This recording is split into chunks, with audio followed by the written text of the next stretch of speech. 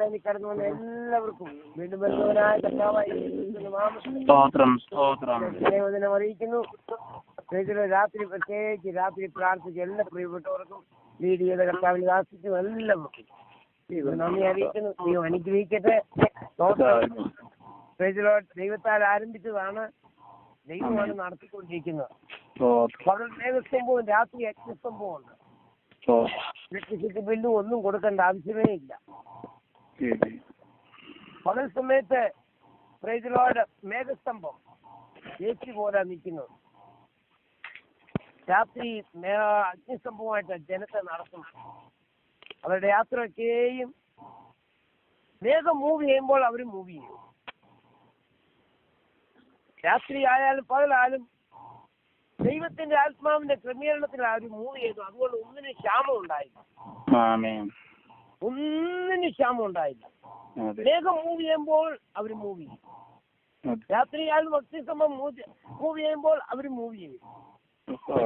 അവരുടെ കൂടാരത്തിന് കുറ്റിയൊന്നും അടിച്ചുറപ്പിക്കത്തില്ല. അവർ കൂടാരവാസികളാണ്. കൂടാരം മാറ്റി മാറ്റി അടിച്ചുകൊണ്ട് ഇന്ന് രാവിലെ സമയത്ത് നമ്മളും കൂടാരവാസികളാണ്. ഇവിടെ വിട്ട് കടന്നു പോകേണ്ടിയവരാണ്. അല്പനാളുകൾ മാത്രമേ ഇവിടെ താമസിക്കുന്നുള്ളൂ. സ്തോത്രം. അതുകൊണ്ട് നിങ്ങൾ മരിച്ച് നിങ്ങളുടെ ജീവൻ ക്രിസ്തുവിൽ മറിഞ്ഞിരിക്കാൻ നിങ്ങൾ ഭൂമികളെല്ലാം തന്നെ അന്വേഷിക്കുക മാത്രമല്ല, ചിന്തിക്കുകയും ചെയ്യണം. സ്തോത്രം. അതുകൊണ്ട് ഇന്ന് രാവിലെ സമയത്ത് മുൻപേ എന്നുള്ള കാര്യം കർത്താവിന്റെ ദാസന്റെ പറഞ്ഞ വിഷയം, മുൻപേ ദൈവത്തിന്റെ രാജ്യവും നീതി അന്വേഷിക്കണം. 6-ാമത്തെ 33-ാം വാക്യം വായിക്കുന്നു. ആരാധനയ്ക്ക് മുൻപേ നിരപ്പ് പ്രാപിക്കണം. ആ വാക്യം വായിച്ചേട്ടായിരുന്നെങ്കിൽ 5-ാമത്തെ 24-ാം വാക്യം. മുൻപേ ചെയ്യേണ്ട കാര്യങ്ങളാണ് ഇതൊക്കെ. 5-ാമത്തെ 24-ാം വാക്യം. അവിടെ വെച്ച് ഓർമ്മ വന്നാൽ നിന്റെ വഴിപാട് അവിടെ യാഗപീഠത്തിന്റെ മുമ്പിൽ വെച്ചേച്ച് ഒന്നാമത് എന്ന് സഹോദരനോട് നിരന്നുകൊള്ളുക. പിന്നെ വന്ന് നിന്റെ വഴിപാട് കഴിക്കുക. അപ്പൊ മുൻപേ ചെയ്യേണ്ട കാര്യങ്ങള്, മുൻപേ അവന്റെ രാജ്യം നീതി അന്വേഷിക്കണം. രണ്ടാമത്തെ കാര്യം പറഞ്ഞ വിഷയമുണ്ടല്ലോ, ആരാധനയ്ക്ക് മുമ്പ് നിരപ്പ് പ്രാപിക്കണം. നിനക്കവിടെ ഓർമ്മ, എന്റെ സഹോദരൻ നിന്നോട് എന്തെങ്കിലും ഉണ്ടെന്ന് ഓർമ്മ വന്നാൽ യാഗം അവിടെ വെച്ചിട്ട് പോകണം. അല്ല വരുന്നാഴ്ച വരാമെന്നല്ല പറഞ്ഞ്, വെച്ചിട്ട് ഉടനടി ചെയ്യുന്ന കാര്യമാണ്. അതവിടെ വെച്ചിട്ട് പോയി സഹോദരനോട് ക്രമീകരണം വരുത്തിയിട്ട് വന്ന് യാഗം കഴിക്കാൻ. മുൻപേ ചെയ്യേണ്ട കാര്യങ്ങളായിട്ട് യാഗത്തിന് മുമ്പേ നിരപ്പ്. പിന്നെ വായിച്ച് മത്തായിയുടെ ശേഷം 7-ാമത്തെ 5-ാം വാക്യം വായിച്ച് പ്ലീസ്. അവർ കപടഭക്തിക്കാരാ മുമ്പേ പിന്നെ സഹോദരന്റെ കണ്ണിൽ നിന്ന് കരുണ എടുത്ത് കളവാൻ വെടിപ്പായി കാണും. അപ്പൊ മുമ്പേ നമ്മുടെ കണ്ണിലെ കോലെടുത്ത് കളയണം.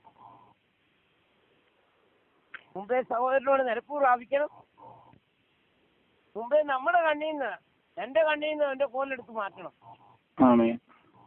എന്തെങ്കിലും മറ്റുള്ളവരെ കാണാനൊക്കത്തുള്ളൂ. പൗലോസ് പ്രാർത്ഥിക്കുന്നു, ഞാൻ പ്രാർത്ഥിക്കാൻ നിങ്ങളെ ദൃഷ്ടി പ്രകാശിച്ചിട്ടു. അവിടുത്തെ വെളിയാനുള്ള ആശയം തിരിച്ചറിയണം. വിശുദ്ധന്മാരുടെ അവകാശത്തിന്റെ മഹിമാവിനെ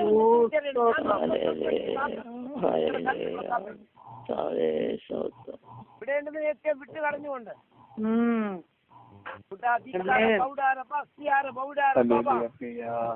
മുൻപേ നമ്മുടെ കണ്ണിലെ കോലൊക്കെ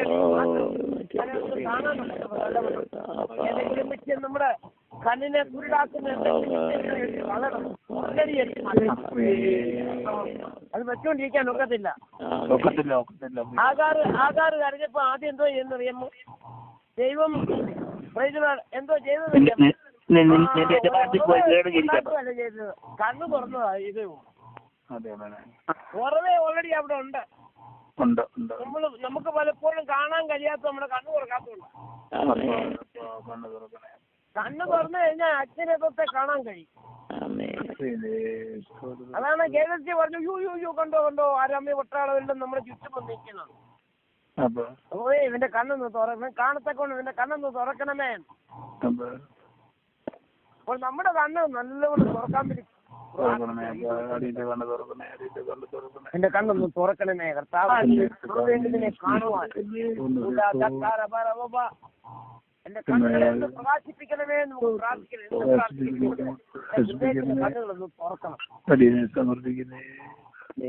പിന്നെ മത്തായിയുടെ ശേഷം 23-ാം അധ്യായം 25-ഉം 26-ഉം വാക്യം വായിച്ച്. മത്തായിയുടെ ശേഷം 23-ാം അധ്യായം 25, 26 വാക്യം. കപടവേദിക്കാരായ ശാസ്ത്രജ്ഞരും പരീക്ഷന്മാരുമായുള്ളവരെ, നിങ്ങൾക്ക് കഷ്ടം. നിങ്ങൾ കിണ്ടികിണ്ണങ്ങളുടെ പുറം വെടിപ്പാക്കുന്നു, അകത്തോ കവർച്ചയും അതിക്രമവും നിറഞ്ഞിരിക്കുന്നു. കുരുടനായ പരീക്ഷനെ ിന് മുമ്പേ അവയുടെ അകം വെടിപ്പാക്കുന്നു. മുൻപേ വേണ്ടി അകം വൃത്തിയാക്കണം. മുമ്പേ വേണ്ടത് എന്തോ അകം, നമ്മുടെ അകം വൃത്തിയാക്കണം. വിശുദ്ധി. അപ്പൊ നമ്മുടെ അകമെല്ലാം ക്ലിയർ ആക്കണം. പിന്നെ നമ്മൾ 2 Corinthians 8-ാം വാക്യം വായിച്ചിട്ട് മുമ്പേ നമ്മൾ ചെയ്യേണ്ട കാര്യങ്ങൾ എന്തോ നോക്കട്ടെ. അത് ഞങ്ങൾ വിചാരിച്ചതുപോലെയല്ല. അവർ മുമ്പേ തങ്ങളെ തന്നെ കർത്താവിനും പിന്നെ ദൈവേഷ്ടത്തിനും ഒത്തവണ്ണം ഞങ്ങൾക്കും ഏൽപ്പിച്ചു. കണ്ടോ, മുൻപേ ദൈവേഷ്ടത്തിനും കർത്താവിന് സമർപ്പിക്കണം. പാട്ട് പാടിയത് സ്തോത്രം. കർത്താവിനായിട്ട് നമ്മൾ സമ്പൂർണ്ണമായിട്ട് സമർപ്പിക്കണം. നിന്റെ ഹിതം മാത്രം മതി.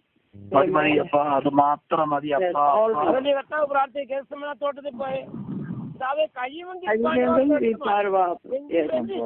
അവിടുത്തെ ഇഷ്ടം മാത്രം. കർത്താവിനായിട്ട് നമ്മുടെ ശരീരത്തെയും നമുക്കുള്ളതിനെയൊക്കെ സമ്പൂർണ്ണമായിട്ട് നിന്റെ ഹിതം മാത്രം മതി. ഇഷ്ടം മതി, എനിക്ക് മതി, അവിടുത്തെ ഇഷ്ടം മാത്രം മതി. സ്തോത്രം. സമർപ്പിക്കുന്നേ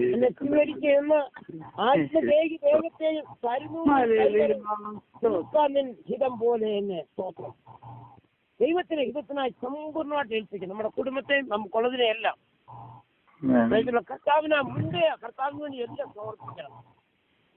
പിന്നെ സ്തോത്രം. 1 Petros 4:8 വായിച്ച മുൻപേ എന്റെ കാര്യം അവിടെയുണ്ട്. സ്തോത്രം. 1 Petros 4:8 വായിക്കുന്നുണ്ട്. തമ്മിൽ ഉറ്റ സ്നേഹമുള്ളവരായിരിക്കും.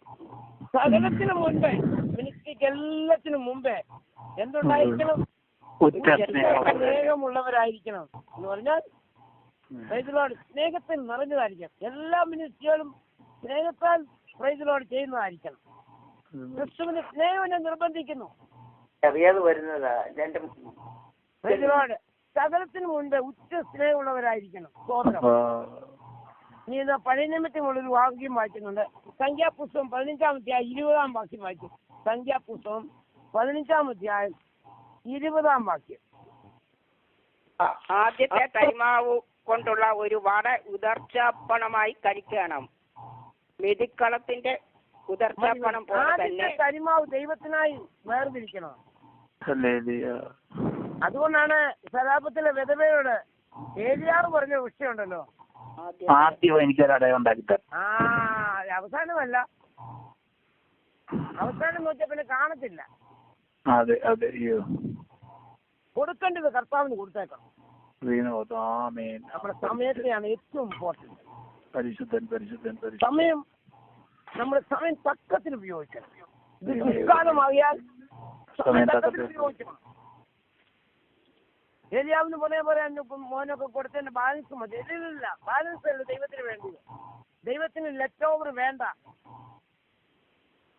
ആദ്യം മുൻപേ അവന്റെ രാജ്യവും നീതി അന്വേഷിക്കണം. ഏലിയാവ് സ്ത്രീയോട് വിധവര് പറഞ്ഞു, ആദ്യം എനിക്കുണ്ടാക്കുന്നുണ്ടോ, പിന്നെ നീ നിന്റെ മകനും ഉണ്ടാക്കി കഴിക്കും. ഇത് പോളം ഏതാ ഉണ്ടല്ലോ, ഭൂമിയിൽ മഴ പെയ്ക്കുന്ന കാലത്തോളം എത്ര നാളാണോ അത്ര നാൾ. എന്ന് ഭൂമിയിൽ മഴ പെയ്ക്കുമോ അന്ന് വരെ നിന്റെ കരത്തിലെ മാവ് പറയത്തില്ല, നീ പറഞ്ഞ പോലത്തില്ല സൈന്യങ്ങളുടെ പോവാതിരിക്കും. നമ്മുടെ ജീവിതത്തെ സമ്പൂർണ്ണമായിട്ട് ദൈവകരങ്ങളെ കേൾപ്പിച്ചു കൊടുക്കാം. കർത്താവേ, നിന്റെ ഹിതം മാത്രം മതി, എന്റെ ഇഷ്ടം വേണ്ട. ജീവിതത്തിനായി സമ്പൂർണ്ണമായിട്ട് ഏൽപ്പിച്ചു കൊടുക്കുക. എന്തെങ്കിലും കുറവുണ്ടോ സമ്പൂർണ്ണമായിട്ട് എടുത്തു മാറ്റണം. ഇന്നലെ കർത്താവിന്റെ ദാസന്റെ സാക്ഷ്യം കേട്ടോ, ഞാൻ കരഞ്ഞു. എന്നെ പിടിച്ചു പോയി. നിങ്ങൾ സാധാരണ എനിക്ക് കേട്ടോണ്ടിരുന്നപ്പോ തന്നെ കണ്ണിക്കൂടെ കണ്ണിനാണ് വരും. ജ്ഞാനത്തെ പറ്റിയുള്ള സാക്ഷ്യമാണ് എന്നെ. പിന്നെ കർത്താവിനെ ഇറങ്ങി തിരിച്ചു കഴിഞ്ഞാൽ അയാൾ ആരാ എന്നെ സഹായിക്കും? മനുഷ്യപുത്രന് തലതായിപ്പാൻ ഇടമില്ലെന്ന്. സ്വർഗത്തിൽ നിന്ന് വന്നതാണ്. 5 സ്റ്റാർ ഹോട്ടലുണ്ടോ? ഇതൊന്നും അല്ല. തലതായിപ്പാൻ ഇടമില്ലെന്ന്. എന്റെ 2 കാര്യം എന്നെ. പിന്നെ ഒരു കാര്യം എന്നെ ചിന്തിപ്പിച്ച വിഷയമുണ്ടല്ലോ. കത്തോലിക്ക ചർച്ചിൽ ആരെങ്കിലും ഉണ്ടല്ലോ ബൈബിൾ തുറക്കുമ്പോൾ ആദ്യത്തെ വാക്യം എന്തുവാന്ന് അത് അവർ നോക്കിക്കൊണ്ടിരുന്നു. യഥാർത്ഥത്തിൽ സത്യം അറിയണമെന്ന് ആഗ്രഹമുണ്ടോ ദൈവം നമ്മളെ പുറത്തു വിടും. അറിഞ്ഞിരിക്കുന്നിടത്ത് വിശ്വസ്തനാണോ ദൈവം പുറത്തു വിടും. എന്താ സാധു സുന്ദരിപ്പിങ്ങനെ പുറത്തു കൊണ്ടതെന്ന് അറിയാമോ? അത്യുഷ്ടത. ആ ഇംഗ്ലണ്ടിൽ നിന്ന് വന്ന ടീച്ചർമാര് ബൈബിൾ കൊടുത്തു ക്രിസ്മസിന്റെ ടൈമിന്. ബൈബിൾ കൊടുത്തപ്പോൾ തീഷ്ണത നോക്കി ബൈബിൾ കത്തിച്ചു. അല്ല കുത്തുവരത്തിൽ പോകുന്നവരെയൊന്നും കർത്താവിന് വേണ്ട. ബൈബിൾ കത്തിച്ചപ്പം ബൈബിളിനെ കത്തിച്ചാൽ ബൈബിൾ നിന്നെ കത്തിക്കും. നോക്കിക്കേ, പിന്നെ കർത്താവിന് വേണ്ടി എന്ത് വേദിക്കും ആയിത്തീരുക. എന്ത് വേഗമായി തീരുവാൻ ഏൽപ്പിച്ചു കൊടുത്തു. ഞാൻ ഓർക്കുന്നുണ്ട്, സാധു നിങ്ങളും വായിച്ചു കാണുമായിരിക്കും. സാധു ഒരു സമയത്ത് സിക്കിമിന്നോ ഭൂട്ടാനിന്നോ അങ്ങോട്ട് നടന്നു വരിക. അതെപ്പോഴും ഞാൻ ഓർക്കും. ഇപ്പം വഴിയാത്രയില് ഈ പർവ്വതം എളിൽ കൂടെ കടന്നു വരുമ്പോൾ 2 പേരും ഇങ്ങനെ പ്ലാൻ ചെയ്തുകൊണ്ടിരിക്കും. ആരുടെങ്കിലും ശബ്ദം കേൾക്കുമ്പോൾ ഒരാൾ മരിച്ചവനെ പോലും കിടക്കും. അപ്പൊ ആള് വരുമ്പോ പറയുന്ന അറിയാം, അയ്യോ എന്റെ സ്നേഹിതന് ഞങ്ങൾ 2 കൂടെ ഇറങ്ങി തിരിച്ചു കണ്ടോ, എന്റെ സ്നേഹിതൻ മരിച്ചു കിടക്കുന്നു. മരിച്ചു കിടക്കാൻ എനിക്ക് കൊണ്ടുപോകാനോ എന്നെ സഹായിക്കാനോ എനിക്ക് എന്റെ പണമില്ലെന്ന് പറയും. അപ്പൊ മരിച്ചു കിടക്കില്ല, ആരായാലും ഉള്ളത് അങ്ങ് എടുത്തു കൊടുക്കും. ഇതിവരുടെ ബിസിനസ്സാണ്. എന്നും ചെയ്യുന്ന ബിസിനസ്സാ. ഓക്കെ, അങ്ങനെ ചെന്നപ്പോഴാണ് സാധു സുന്ദർ സിംഗ് അതിൽ കൂടെ വരുന്നത്. ഇതൊരു പഴയ ബിസിനസ് തന്നെ പിന്നെയും തുടങ്ങി. ഒരാൾ മരിച്ചവനെ പോലെ കിടക്കുക. സാധു സുന്ദർ സിംഗ് പോയപ്പം പറഞ്ഞു, കണ്ടോ എന്റെ സ്നേഹിതനായിരുന്നു, വഴിയാത്രയും മരിച്ചുപോയി, കൊണ്ടുപോകാനോ ഒന്നും ഞങ്ങൾക്ക് എന്റെ പണം ഇല്ലെന്ന് പറഞ്ഞു.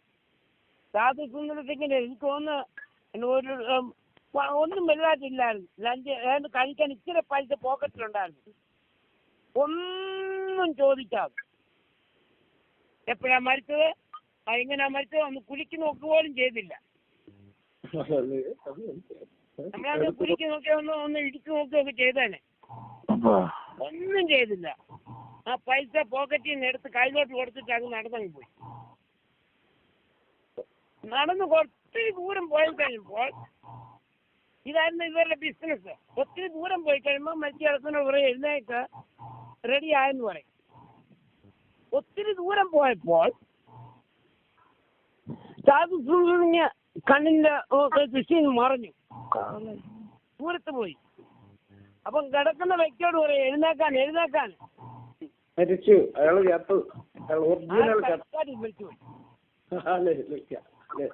ഓക്കെ, അത് അവരുടെ നമ്മൾ 9 വോൾട്ട് ബാറ്ററിയുടെ അടുത്ത് വേണേൽ കിടക്കും, കുഴപ്പമില്ല. 11 kV അടുത്തോട്ട് ചെല്ലാൻ നോക്കത്തില്ല. തലയോട്ടിയും അസ്ഥിയുമാണ് കൊണ്ടുവയ്ക്കുന്ന ഡേഞ്ചർ, അപകടം. ആരോടാണ് കളിക്കുന്നത്? ചൗല നീ എന്നെ ഉപദ്രവിക്കുന്നത് എന്താന്ന് കർത്താവ് ചോദിക്കുന്നു. നീ ആരാകുന്നു കർത്താവേ എന്ന് ചോദിച്ചപ്പോൾ, നീ ഉപദ്രവിക്കുന്ന നസ്രാന യേശു ആകും ഞാൻ. നോക്കിക്കേ, കർത്താവിന്റെ ദാസനെ തൊട്ടതേ ഉള്ളൂ. ഇദ്ദേഹം ഓടിച്ചെന്ന് സാധു സിംഗിന്റെ അടുത്തിലേക്ക് ഓടിച്ചെന്നു. അവിടെ വായിക്കുന്ന പുള്ളിക്കാരന് ബൈബിൾ കോളേജിൽ പോയത്, രക്ഷിക്കപ്പെട്ടു. നോക്കിക്കേ, മുൻപേ എന്റെ രാജ്യം നീതി അന്വേഷിച്ചാൽ അതോടുകൂടി നിനക്ക് സകലവും ലഭിക്കും. അതുപോലെ ഈ ദിവസങ്ങളിൽ നമ്മളെ കാണുന്ന ഒരു കർത്താവിനെ കാണണം. ദൈവശക്തി നമ്മളിൽ കൂടെ പുറപ്പെടണം. പത്രോസിന്റെ ചായ ഷാഡോയില് സൗഖ്യമാകാൻ തുടങ്ങി. വിരിപ്പുകളിലൊക്കെ കൊണ്ട് വഴിയാത്ത് പത്രോസിന്റെ ചായ വീഴും വിചാരിച്ച് ഷാഡോ ഇട്ടാൽ സൗഖ്യമാകുക. അതുപോലെ ദൈവപ്രവൃത്തി ഈ ദിവസങ്ങൾ നമ്മളിൽ കൂടെ വെളിപ്പെടണം. അതിനുവേണ്ടി സമ്പൂർണ്ണ ഇന്നലെ വൈകിട്ട് ജിനി സിസ്റ്റർ പറഞ്ഞായിരുന്നല്ലോ, സ്തോത്രം. നമുക്കറിയാവുന്ന പാവമാണ് ചാൾസ് പിന്നിയുടെ കാര്യം. ന്യൂയോർക്കിന്റെ സ്ട്രീറ്റിൽ കൂടെ പോയാലുണ്ട് ആൾക്കാർ പാപബോധം കൊണ്ട് കരയുക. അതുപോലായിരുന്നു ജോണസൺ എഡ്വേർഡ്, സിന്നേഴ്സിന്റെ ഹാൻഡ് ഓഫ് ആംഗ്രി ഗോഡ് ഇങ്ങനെ വായിക്കുന്നത്. ആ പുള്ളി പ്രസംഗിച്ചോട് ബോസ്റ്റണിൽ വന്ന്, ഡൗൺ ടൗൺ ബോസ്റ്റണിൽ വന്ന് പ്രസംഗിച്ചതേ ഉള്ളൂ. പുള്ളിക്കാരന്റെ പ്രസംഗം എന്ന് പറഞ്ഞാൽ പ്രസംഗങ്ങൾ എഴുതി വായിക്കുക. അതുപോലെ ആ ദൈവാത്മാവ് പറഞ്ഞ് അതുപോലെ ചെയ്യുക. അതെ, പ്രസംഗിച്ചുകൊണ്ടിരിക്കുമ്പോൾ ആൾക്കാർ മരത്തെ കെട്ടിപ്പിടിക്കുക, പാപബോധം. അടുത്തു നിന്ന് മരത്തേലൊക്കെ കെട്ടിപ്പിടിച്ച് വാവിട്ട് കരയുക. അതുപോലെ പാപബോധം വരിക. കാരണം ആത്മാവ് ശക്തമായിട്ട് അങ്ങ് പ്രവർത്തിക്കുകയാണ്. സമ്പൂർണ്ണമായ ദൈവരങ്ങളെ കേൾപ്പിച്ചു കൊടുത്തു കഴിഞ്ഞാൽ പരിശുദ്ധാത്മാവിന് പ്രവർത്തിക്കാൻ ഇടം കൊടുത്തു കഴിഞ്ഞാൽ അവിടെ ആത്മാവ് അങ്ങ് പ്രവർത്തിക്കും. പരിശുദ്ധാത്മാവിന്റെ പ്രവൃത്തി എന്ന് പറഞ്ഞാൽ വടിയെടുത്ത് അടിച്ചു കഴിയുമ്പോൾ പാറയിൽ നിന്ന് വെള്ളം ചാടുക. അതുകൊണ്ട് ഈ ദിവസങ്ങളിൽ ആ ദൈവ സാന്നിധ്യത്തിന് വേണ്ടി, ദൈവത്തിന്റെ ഗ്ലോറി നമ്മുടെ മേൽ ഇറങ്ങാൻ വേണ്ടി പ്രത്യേകം പ്രാർത്ഥിക്കണം. സ്തോത്രം. നമ്മൾ മുൻപേ ചെയ്യേണ്ട കാര്യങ്ങളെല്ലാം ചെയ്യണം. പ്രജകളോട് കർത്താവിനാണ് സമ്പൂർണ്ണമായിട്ട് നമ്മുടെ ജീവിതത്തെ ഇങ്ങോട്ട് ഏൽപ്പിച്ചാൽ കൊടുക്കണം. കൊടുത്തു കഴിഞ്ഞാലുണ്ടല്ലോ ഇതുപോലുള്ള കാര്യങ്ങളാണ് ദൈവം നമ്മളിൽ കൂടെ ചെയ്യാൻ പോകുന്നു. ദൈവരങ്ങളെ ഏൽപ്പിച്ചു കൊടുക്കാം. സ്തോത്രം. മുൻപേ അവന്റെ രാജ്യവും നീ നമുക്ക് അന്വേഷിക്കണം. അതോടുകൂടി നമുക്ക് സർവവും ലഭിക്കും. പ്രജകളോട് കർത്താവ് സ്തോത്രം. കർത്താവിന്റെ വരവിന് മുമ്പ് നമ്മളെന്തോ ചെയ്യേണ്ടതെന്നറിയാം. ഇന്നാളിന്ന് പറഞ്ഞൊരു വിഷയമാണ് ഇത്. പ്രാർത്ഥനാ ലൈനാണ്. പ്രാർത്ഥനയെപ്പറ്റി ബോധമുള്ളവരായിരിക്കണം. പ്രാർത്ഥന എന്തോ ആയിരിക്കണം, എങ്ങനെ പ്രാർത്ഥിക്കണമെന്ന് പലപ്പോഴും പറയുന്നതാണ്. ഒരു പ്രാവശ്യം ആഗ്രഹിക്കുന്നു. സ്തോത്രം. ആകയാൽ സംഭവിപ്പാൻ എല്ലാത്തിനും ഒഴിഞ്ഞു പോവാനും മനുഷ്യപുത്രന്റെ മുമ്പിൽ നിൽപ്പാൻ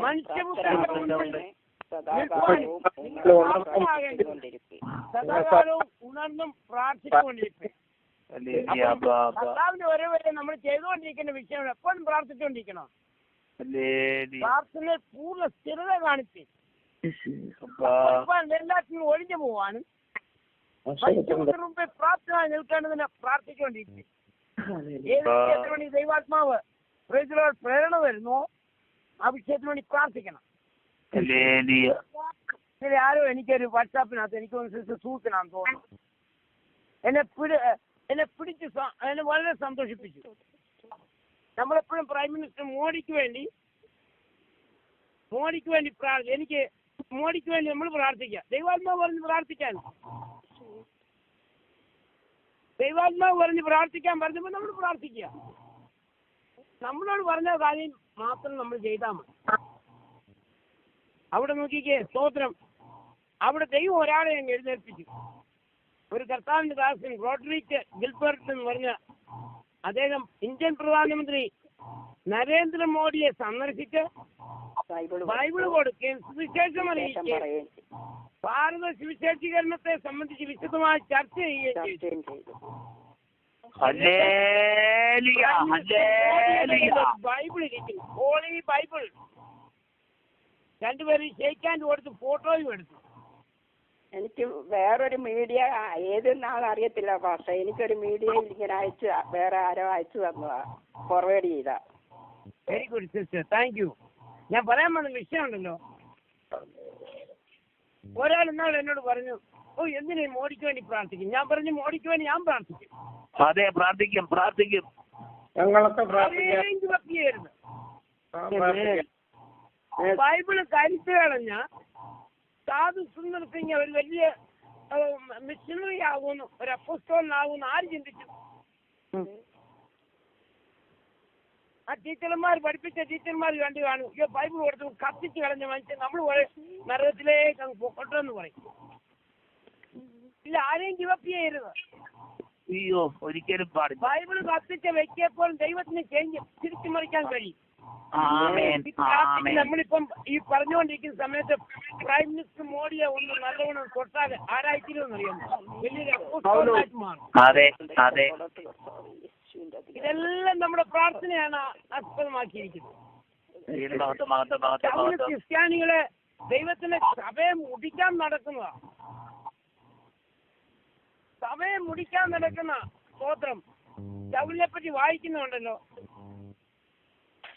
സമയം മുടിക്കാൻ വേണ്ടി വന്നതാ. ആള് ചേഞ്ച് ചെയ്യുന്ന ആരാ ചിന്തിച്ചു? അനന്യാസിനോട് പറയുന്നു, ഞാൻ തെരഞ്ഞെടുത്തിരിക്കുന്ന പാത്രമാണ്. എന്തോ പേര് തെറ്റിപ്പോയി. നേരെ ആയിരിക്കില്ല, അത് തന്നെ, ആള് തന്നെ.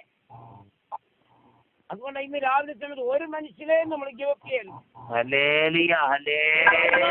ഈ വ്യക്തിക്ക് വേണ്ടി പ്രാർത്ഥിക്കാൻ പറഞ്ഞാൽ പ്രാർത്ഥിക്കണം, കണ്ണുനീരോട്. നമ്മുടെ പ്രാർത്ഥനയെ ആസ്പദമാക്കിയിരിക്കുക. അനന്യാസിനെ വിളിച്ചാ കൊണ്ടുവന്ന് ശൗലിന്റെ മേൽ പോയി കൈവെക്കാൻ. ഈ ദിവസങ്ങളില് ഇതുപോലെ പ്രവൃത്തികളാ ദൈവം നമ്മളിൽ കൂടെ ചെയ്യാൻ പോകുന്നു.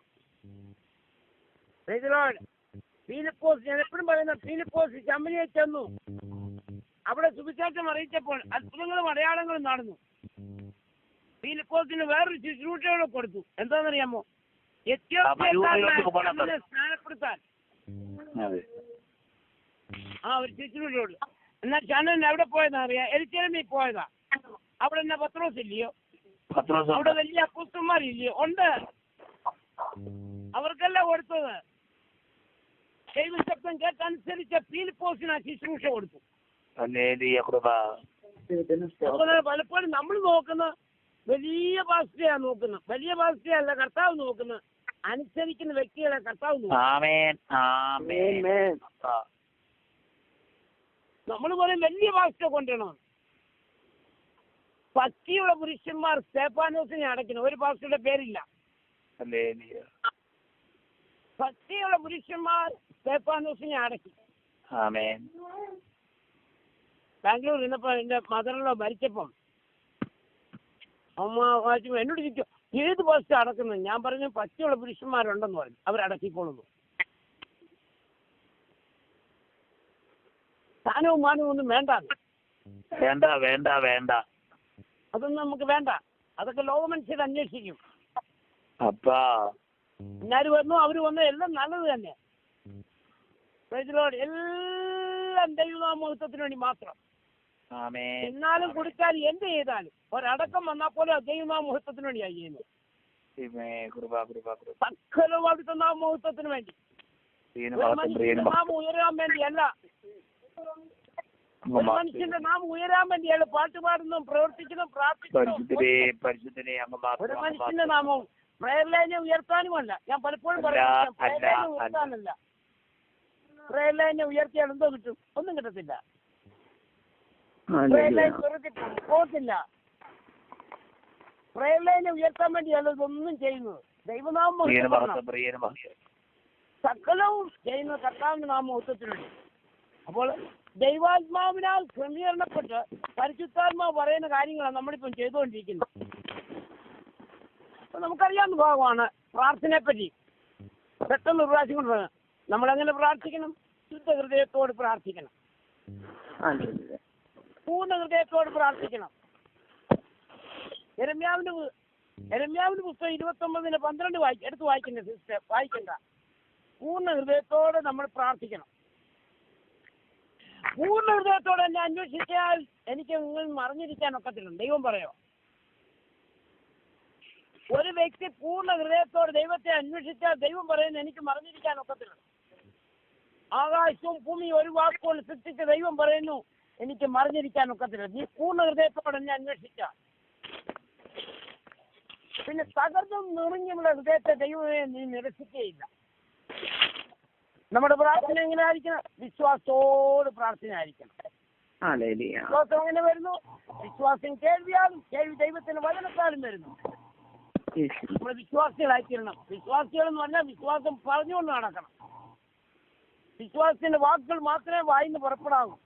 ആകാശത്തൊന്നും നിന്റെ വായിന്ന് പുറപ്പെടരുത്. അപ്പോൾ വിശ്വാസികളാകുന്നു. മെമ്പറായിരിക്കത്തേ ഉള്ളൂ. മെമ്പറിൽ കൂടെ ഒന്നും നടക്കത്തില്ല. വിശ്വസിക്കുന്നവരാൽ ഈ അടയാളം നടക്കും. നമ്മൾ വിശ്വാസികളായി നടക്കും. പിന്നെ ദൈവത്തിന്റെ ഇഷ്ടപ്രകാരം നമ്മൾ പ്രാർത്ഥിക്കണം. 1 യോഹന്നാൻ 5:14 വായിക്കുന്നുണ്ട്. It is our confidence in approaching God. If we ask anything according to his will, he will hear us and we will have what we have asked for. നമ്മൾ ചോദിച്ചതിനെത്തിട്ട് എന്ത് ദൈവത്തിന്റെ ഇഷ്ടപ്രകാരം. അതുകൊണ്ടാണ് ഞാൻ എപ്പോഴും പറഞ്ഞത്, പ്രയർ റിക്വസ്റ്റ് വരുന്ന സമയത്ത് എന്ത് ചെയ്യണം? 3 ക്വസ്റ്റ്യൻ ചോദിക്കണം. ഇതിൽ കൂടെ ദൈവരാജ്യം കടന്നു വരുമോ? ഇതിൽ കൂടെ ദൈവ ഇഷ്ടം നടക്കുമോ? ഇതിൽ കൂടെ ദൈവനാമം മുഹൂർത്തപ്പെടുമോ? ഈ 3 ക്വസ്റ്റ്യൻ ചോദിക്കണം. ഒരു പ്രയർ റിക്വസ്റ്റ് വന്നു. ഈ പ്രയർ റിക്വസ്റ്റിന് മുമ്പേ 3 ക്വസ്റ്റ്യൻ ഉണ്ട്. ഇതിൽ കൂടെ ദൈവനാമം മുഹൂർത്തപ്പെടുമോ? മുഹൂർത്തപ്പെടത്തില്ലെങ്കിൽ ആ പ്രയർ റിക്വസ്റ്റ് എടുത്ത് അങ്ങ് എവിടെയാണ്? ഗാർബേജിനകത്തോട്ട് ഇട്ടേക്കണം. വേണ്ട, അത് ആ ഗാർബേജ് നല്ല ഗാർബേജ് വായിനകത്തോട്ട് അങ്ങ് ഇട്ടേക്കണം. എത്തി വെളിയിൽ വെച്ചേക്കണം. അകത്തുപോലും വെച്ചേക്കണം, വെളിയിൽ കൊണ്ടിട്ടേക്കണം. ദൈവനാമം മഹത്വപ്പെടണം. പിന്നെ കഴിഞ്ഞ വിഷയം ഉണ്ടല്ലോ, ആകുമോ? ദൈവം നടക്കുമോ? ഇതിൽ കൂടെ 3-ാമത്തെ കാര്യം ചോദിക്കണ്ടേ, ദൈവരാജ്യം ഇറങ്ങി വരുമോ? ഇതായിരിക്കും നമ്മുടെ പ്രയർ റിക്വസ്റ്റിന്റെ ഉദ്ദേശം. ഞാൻ എപ്പോഴും ഓർക്കുന്നുണ്ട്, പാസ്റ്റർ ടി.വി. ജോർജ് പറഞ്ഞ സാക്ഷ്യം, ആ അനുഭവം ഓർക്കുന്നുണ്ടല്ലോ. ആക്സിഡന്റ് പറ്റിയ ആളിന്റെ കാല് മുതൽ അവര് ട്രീറ്റ് ചെയ്യുന്നു. കാലിലെ രക്തമെല്ലാം തുടച്ച് ബാൻഡേഡ് ഒട്ടിച്ച് മേടി വന്നപ്പോ എന്തോ പറ്റി? തലയുടെ പകുതിയോളം.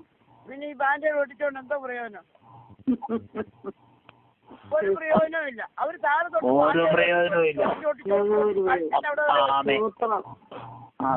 മേലോട്ട് നോക്കിയപ്പോ തലയുടെ പകുതിയേ ഉള്ളൂ. ഇത്രയും വേസ്റ്റ് ആയി പോയില്ലയോ?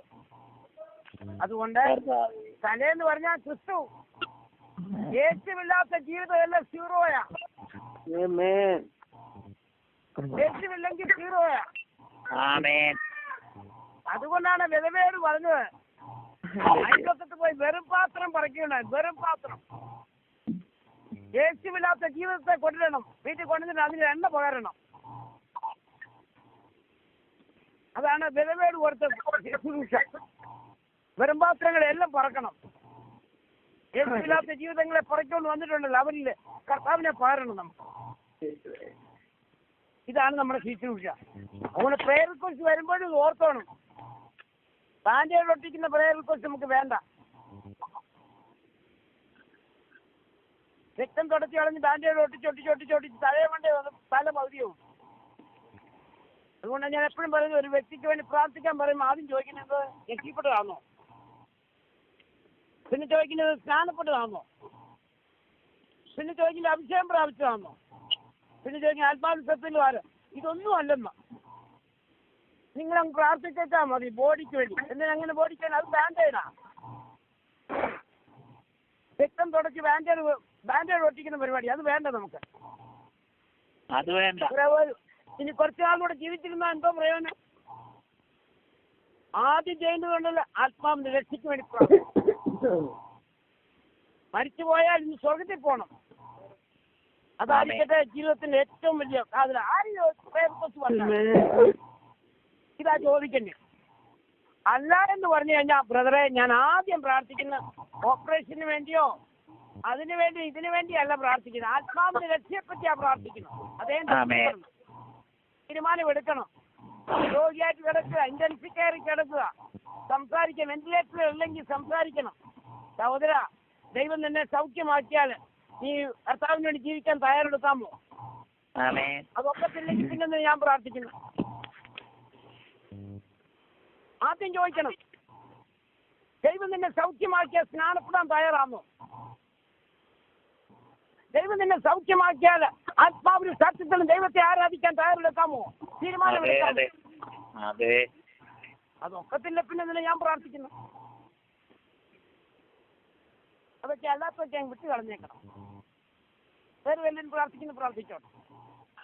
നമ്മുടെ പ്രാർത്ഥന എപ്പോഴും ആത്മാവിന്റെ രക്ഷയെപ്പറ്റിയാണ്. ധനവാന് നരകത്തിൽ കിടന്നുകൊണ്ട് എന്തോ പറയുന്നറിയാമോ? എനിക്ക് 5 സഹോദരന്മാരുണ്ടെന്ന്. 5 സഹോദരന്മാരുണ്ട്. ആ വാക്കാണ് എന്നെ ഇന്ത്യയിൽ കൊണ്ടുപോയത്. ഒരു സഹോദരൻ കർണാടകയിലുണ്ടെന്ന്. അവനിവിടെ വരണ്ടാന്ന്. അതാണ് ധനവാന്റെ പ്രാർത്ഥന റിക്വസ്റ്റ്. അതെപ്പോഴും നമ്മുടെ ചെവിയിൽ അത് മുഴങ്ങിക്കെട്ടോണ്ടിരിക്കണം. എന്നെ കൊണ്ടുപോയി ഇന്ത്യയെ കൊണ്ടുപോയി ആ വാക്യം. എനിക്ക് 5 സഹോദരന്മാരുണ്ട്. അപ്പോൾ നമ്മൾ ഏത് വിഷയമുണ്ടല്ലോ, സ്തോത്രം. ദൈവ ഇഷ്ടപ്രകാരം നമ്മൾ പ്രാർത്ഥിക്കണം. ദൈവ ഇഷ്ടപ്രകാരം പ്രാർത്ഥിക്കണം. ദൈവത്തിന് ഇഷ്ടപ്രകാരം പ്രാർത്ഥിക്കാണ്ടല്ലോ, പ്രാർത്ഥനയ്ക്ക് മറുപടി ഉണ്ട്, നിത്യമായിട്ട് മറുപടി ഉണ്ട്. അതുകൊണ്ട് ഞാൻ പറഞ്ഞുകൊണ്ട് ഇനി ആരും പ്രേയർ കുറിച്ച് കൊണ്ടുവരുമ്പം ഫസ്റ്റ് പേടിച്ചൊന്നും ചെയ്യണ്ട. ഇത് ഞാൻ വചനം പറഞ്ഞതേ ഉള്ളൂ. എന്നോട് ആരും ഭാരമായിട്ടിരിക്കരുത്. എത്ര പേർക്ക് ഭാരമുണ്ട്? ആർക്കും ഭാരമുണ്ടോ? ഒരു ഭാരവും ഇല്ല, സന്തോഷമാണ്. സന്തോഷം. Okay, good, thank you.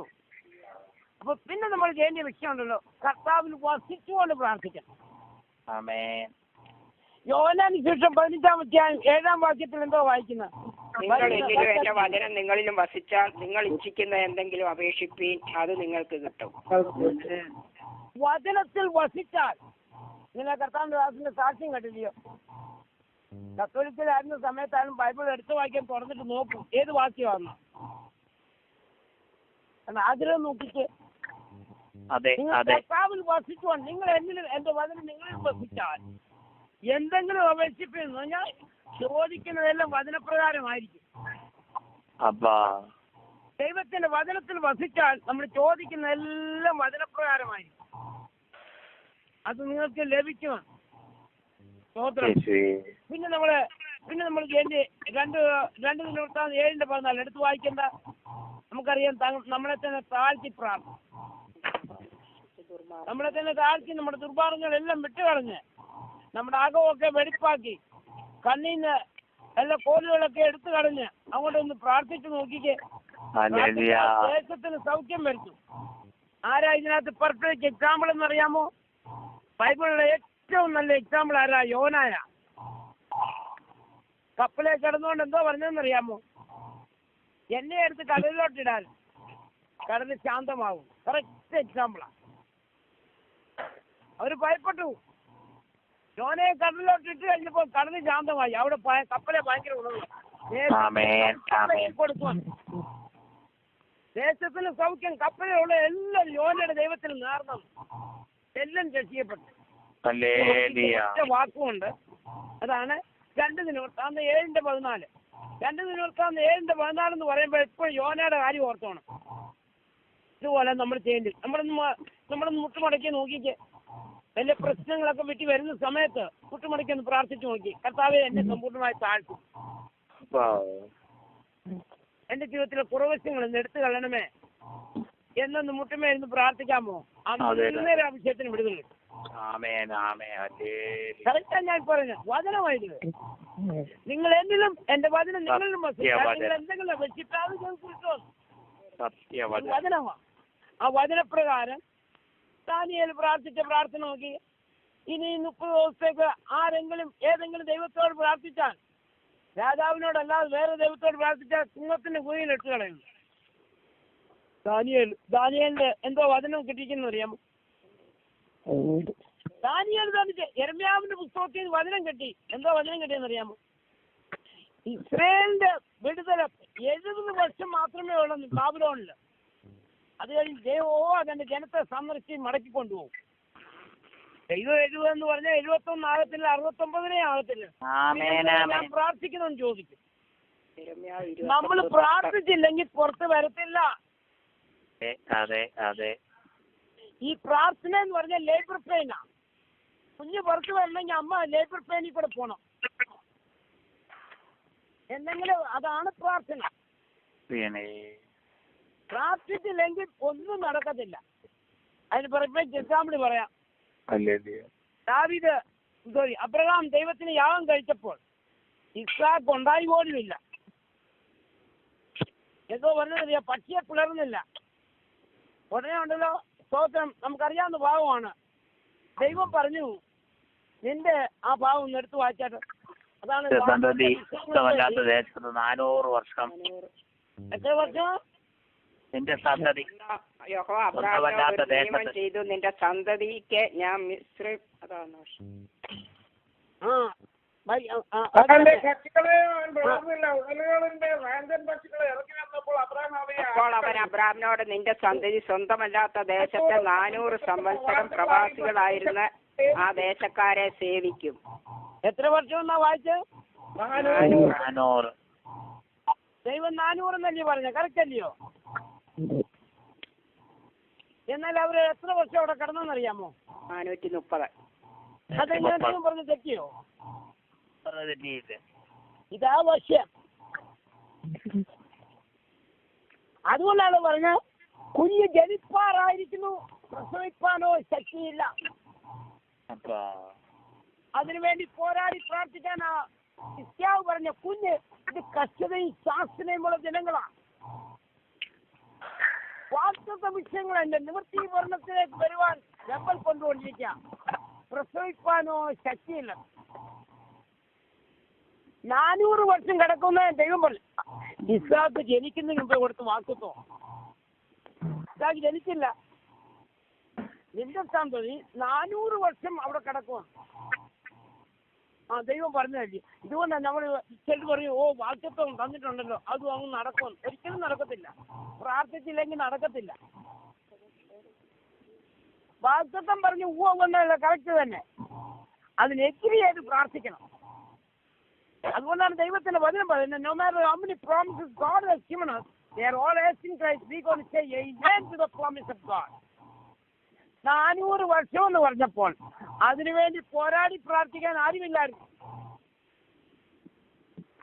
അവിടെ. അതുകൊണ്ട് പുറപ്പാട് ദിവസം 12:40 വായിക്കുന്നത്. പുറപ്പാട് ദിവസം അത് എപ്പോഴും ഓർക്കണം ആ വാക്യം കാണുമ്പോൾ. പുറപ്പാട് ദിവസം 12-ാം അധ്യായം 40-ാം വാക്യത്തിൽ ഇങ്ങനെ വായിക്കുന്നു, ഇസ്രായേല് 430 വർഷം കടന്നു. 30 വർഷം കൂടെ എക്സ്ട്രാ പോയി. അതുപോലെ ചില വാക്തത്വങ്ങൾ നമ്മുടെ ജീവിതത്തിൽ നടക്കാൻ പോകുന്ന കാര്യം അറിയാമോ? അതിനുവേണ്ടി പോരാടി പ്രാർത്ഥിക്കാത്തതുകൊണ്ടാണ്. അതിനുവേണ്ടി പോരാടി പ്രാർത്ഥിച്ചോണ്ടിരിക്കുക. ദൈവത്തിന്റെ സമയം. ദൈവം 400 വന്ന് 400 തന്നെ. അപ്പം വാക്തത്വങ്ങളെ നിങ്ങൾ എന്തിനും എന്റെ വചനം നിങ്ങളിലും വസിച്ചാൽ നിങ്ങൾ എന്തെങ്കിലും അപേക്ഷിപ്പിന് അത് നിങ്ങൾക്ക് കിട്ടും. അപ്പം വചനത്തിലാണ് പ്രാർത്ഥിക്കുന്നത്. ഇപ്പൊ ദാനിയേലിന്റെ പ്രാർത്ഥന നോക്കിക്കേ. ദാനിയേലിന് പ്രാർത്ഥിച്ചപ്പോണ്ടല്ലോ, യെരമ്യാവിന്റെ പുസ്തകം 29-ാം അധ്യായത്തില് ദാനിയേലിന് വാക്യം കിട്ടി. എന്താ കിട്ടിയെന്ന് അറിയാമോ?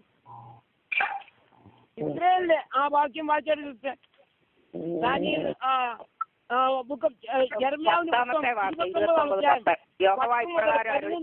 ബാബേലിലെ 70 സംവത്സരം കഴിഞ്ഞ ശേഷമേ ഞാൻ നിങ്ങളെ സന്ദർശിച്ച് ഈ സ്ഥലത്തേക്ക് മടക്കി വരുത്തുവന്ന് നിങ്ങളോടുള്ള എന്റെ വചനം ഞാൻ നിവർത്തിക്കുകയുള്ളൂ. ഈ വാക്യം ആരാ വായിച്ചെന്നറിയാമോ? ദാനിയേൽ വായിച്ചിട്ട് ചുമ്മാ വിട്ടുകളയാതെ വേണ്ടി അതിനുവേണ്ടി 21 ദിവസം ഉപേക്ഷിച്ചു. ഓ റബ ദിഖറ ബൗഡ റബ ഇങ്ങനെ പ്രാർത്ഥിക്കുന്നവരെ ദൈവം നോക്കിക്കൊണ്ടിരിക്കുക. മടക്കി തരിക എന്ന് പറയുന്നവരാരുമില്ലെന്ന്. ഇടിവിൽ നിന്ന് പ്രാർത്ഥിക്കുന്നവരാരെങ്കിലും ഉണ്ടോ എന്ന് നോക്കി ആരെയും കണ്ടില്ല. ഒരു ബാബിലോണിൽ ഒരു വ്യക്തിയെ കണ്ടു ദൈവം, ദാനിയേല്. Oh my Lord. ആ വിഷയത്തിന് വേണ്ടി പോരാടി പ്രാർത്ഥിക്കുക. പെർമിഷൻ കൊടുക്കുക ദൈവത്തിന്. നമ്മുടെ അപ്പാർട്ട്മെന്റ് ടെനന്റ് താമസിക്കുന്ന അപ്പാർട്ട്മെന്റ് കയറണമെങ്കിൽ ടെനന്റിന്റെ പെർമിഷൻ വേണം. അതാണ് പ്രാർത്ഥന. അല്ലെങ്കിൽ വീടിന്റെ പുറത്ത് നിൽക്കത്തേ ഉള്ളൂ. പറയാ ഇതൊക്കെ എന്റെ ഇതാന്ന് പറയാം. കറക്റ്റ് അത് കയറാമോ? ഒക്കത്തില്ല. കാരണം അവർ പെർമിഷൻ തന്നില്ലെന്ന്. ദൈവത്തിന് പെർമിഷൻ കൊടുക്കുന്നത് ആ പ്രാർത്ഥന. കണ്ണീരൊഴുക്കി പ്രാർത്ഥിക്കുമ്പോൾ ദൈവത്തിന് അവിടെ കയറി ചെല്ലാനുള്ള പെർമിഷൻ കിട്ടും. ഈ ലോകമൊക്കെ പിശാചിന്റെ കൺട്രോളിൽ ഇരിക്കുക. ഗോഡ് ഓഫ് ദി സ്റ്റേജ് എന്നാ വായിക്കുന്നത്. 2 Corinthians 4-ാം വാക്യം വായിച്ചിട്ട് 2 Corinthians 4:4 വായിച്ചു. വേഗം വായിക്കണേ. ദൈവപ്രതിമയായ ക്രിസ്തുവിന്റെ തേജസ്സുള്ള സുവിശേഷത്തിന്റെ പ്രകാശനം ശോഭിക്കാതിരിക്കാൻ ഈ ലോകത്തിന്റെ ദൈവം അവിശ്വാസികളുടെ മനസ്സ് കുരുടാക്കി. ഈ ലോകത്തിന്റെ ദൈവം എന്ന് പറഞ്ഞാൽ ആരാന്ന്? പിശാച്. ഈ ലോകത്തിന്റെ ദൈവം അവിശ്വാസികളുടെ കണ്ണുകളെ എന്ത് ചെയ്തു? കുരുടാക്കി കളയുന്നു. അവിശ്വാസികളുടെ കണ്ണുകളെ കുരുടാക്കി കളഞ്ഞു ഈ ലോകത്തിന്റെ ദൈവം. God of this age. English Bible വായിക്കുന്ന small T, not capital T അല്ല, ക്വാളിറ്റി എന്ന് പറഞ്ഞാൽ ഈ ലോകത്തിന്റെ ദൈവ പിശാച് എല്ലാവരുടെ കണ്ണ് കുരുടാക്കുക. ഇതുകൊണ്ടാണ് ഈ പ്രാർത്ഥനയ്ക്ക് പിശാചിന് ഏറ്റവും വലിയ എതിര്. കണ്ണുനീരൊഴുക്കി ദൈവത്തിന്റെ ജനം പ്രാർത്ഥിക്കുമ്പോൾ ഉണ്ടല്ലോ, ദൈവം പറഞ്ഞു എനിക്ക് പെർമിഷൻ കിട്ടിയ അപ്പാർട്ട്മെന്റിൽ പോവാൻ. ലാൻഡ് ലോഡിന് വലിയ സന്തോഷം, എനിക്ക് പെർമിഷൻ കിട്ടി, ടെനന്റ് പറഞ്ഞു ചെല്ലാൻ. അതാണ് പ്രാർത്ഥന. ഈ പ്രാർത്ഥനയ്ക്കെതിരെയാണ് പിശാചിന് പോരാട്ടം.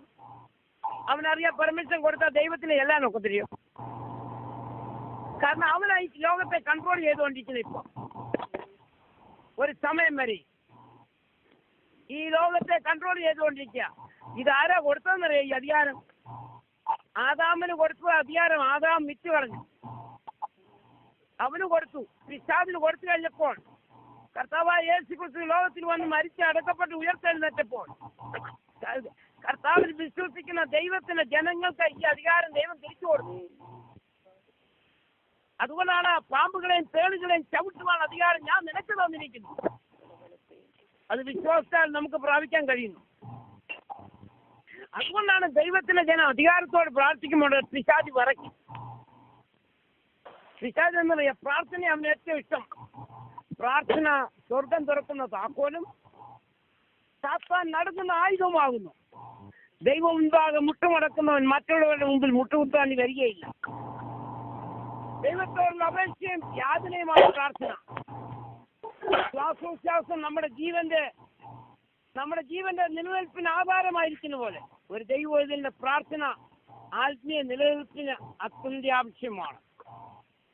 പ്രാർത്ഥനയാണ് കീ. നമ്മൾ വീട്ടിൽ നിന്ന് ഇറങ്ങി പോകുമ്പോൾ ഉണ്ടല്ലോ, നമ്മൾ കടയിലോ ഒക്കെ പോകും, വീട് പൂട്ടിയിട്ടിട്ട് പോകും. വീടെടുത്തോണ്ട് അങ്ങ് ആരും പോകത്തില്ല. കടയിൽ വീടെടുത്തോണ്ട് പോകുമ്പോൾ കാറെ വെച്ചോണ്ട് പോകും, പോകാനൊക്കത്തില്ല.